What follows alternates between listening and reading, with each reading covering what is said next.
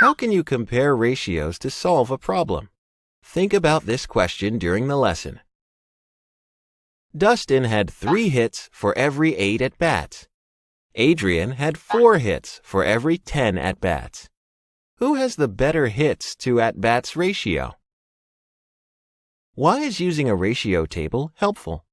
Why are the original ratios difficult to compare?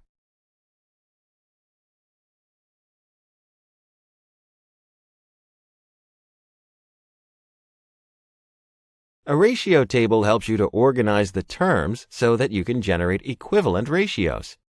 The original ratios are difficult to compare because none of the terms are the same. Extend and complete the ratio tables for Dustin and Adrian until the number of hits or the number of at-bats is the same in each table. How do you generate the numbers in each column to find equivalent ratios? You multiply the original terms by the same numbers, 2, 3, 4, and so on.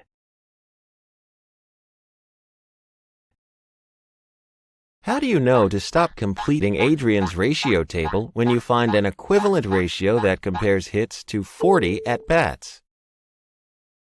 You know you can stop because there is an equivalent ratio in Dustin's ratio table that also compares hits to 40 at-bats.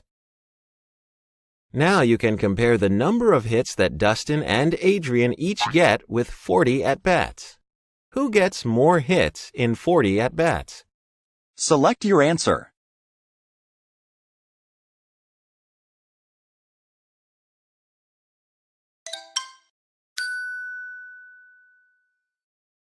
Dustin gets 15 hits for every 40 at-bats.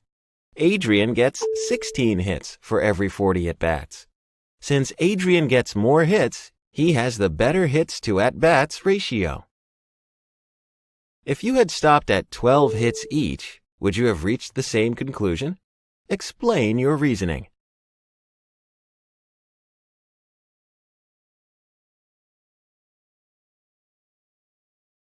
Yes, it takes Dustin 32 at-bats to make 12 hits, but it takes Adrian only 30 at-bats to make 12 hits.